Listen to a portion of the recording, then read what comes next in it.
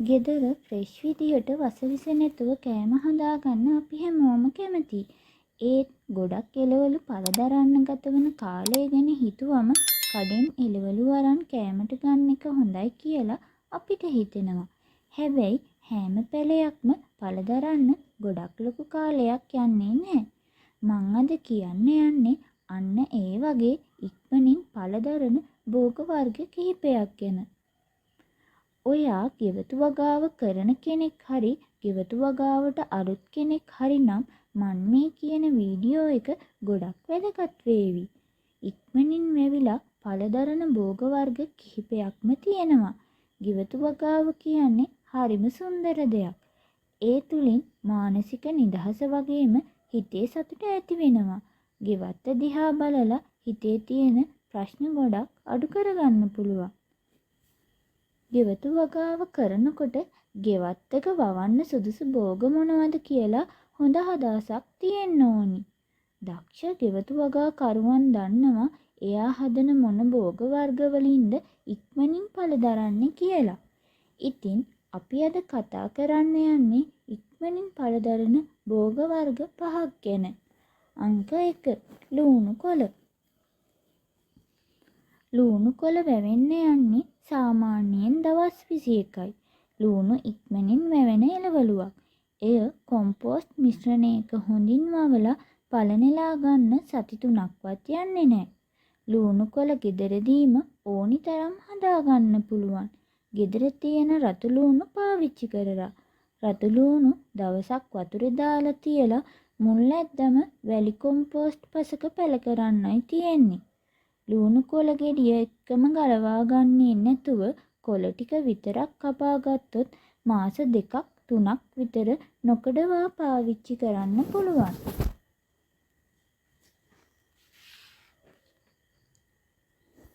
ලුණු ගෙඩිය ලොකු වන තරමට අස් වෙන්න වැඩි. අංක 2 නිවිති.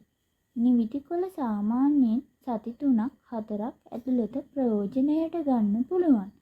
නිවිති කොළ ඕනම කාලයක පහසුවෙන් ඕනම තැනක හදන්න පුළුවන්. හොඳට වැඩුණු දඬු අරගෙන පස් කොම්පෝස්ට් මිශ්‍රණයක ගැහුවොත් ඉක්මනින් වැවෙනවා. ගෙවතු වගාව පටන් ගන්න කෙනෙකුට පහසුම දෙයක් තමා මේ නිවිති වගාව. ගස් නිවිති හා වැල් නිවිති කියලා වර්ග දෙකක් තියෙනවා. ගස් නිවිති පෝච්චියක වුණත් වවන්න පුළුවන්. වැල් නිවිති වලට යම් ආධාරකයක් අවශ්‍ය වෙනවා. කොච්චර කැපුවත් වැවෙන නිසා ගෙදර නිතර භාවිතා වන එළවලුවක් විදිහට ගන්න පුළුවන්. විවිධ ආකාරයට රස ගන්නා අපේ ආහාරයට එකතු කරගන්න පුළුවන්. අංක 3 රාබු. රාබු වර්ග සාමාන්‍යයෙන් සති 3ක් 3මාරක් අතර කාලයේ පළදරනවා. රාබු කියන්නේ හරිම ලේසියෙන් වගා කළ හැකි එළවලු වර්ගයක්. වැලි කොම්පෝස්ට් මිශ්‍ර පස්වල නිකම්ම රාබු යට පැල කරලා හොඳට සාත්තු කළොත් සති 3ෙන් අස් වෙන්න ගන්න පුළුවන්. රාබු යට පැල කරලා දවස් 4ෙන් පුංචි පැල හට ගන්නවා.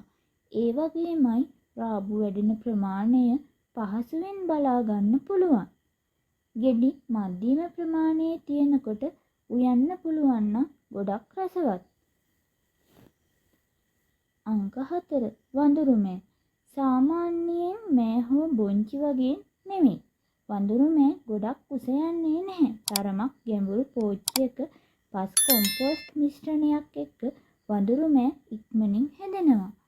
සාමාන්‍යයෙන් මාසයක් විතර යනකොට මල් පිපිලා ගෙඩි හට ගන්නවා.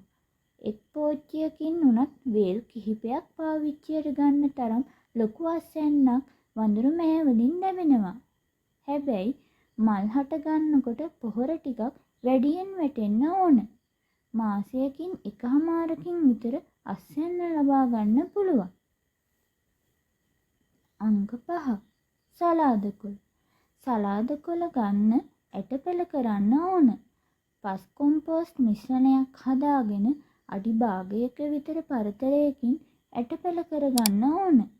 සලාද සතියකින් විතර පෙළ හට ගන්නවා. සලාද වලට හොඳට වතුර ඕන. ඒත් වතුර වැඩි වෙන්න බෑ. එහෙම වුණොත් ඒ පැල ලෙඩ වෙනවා.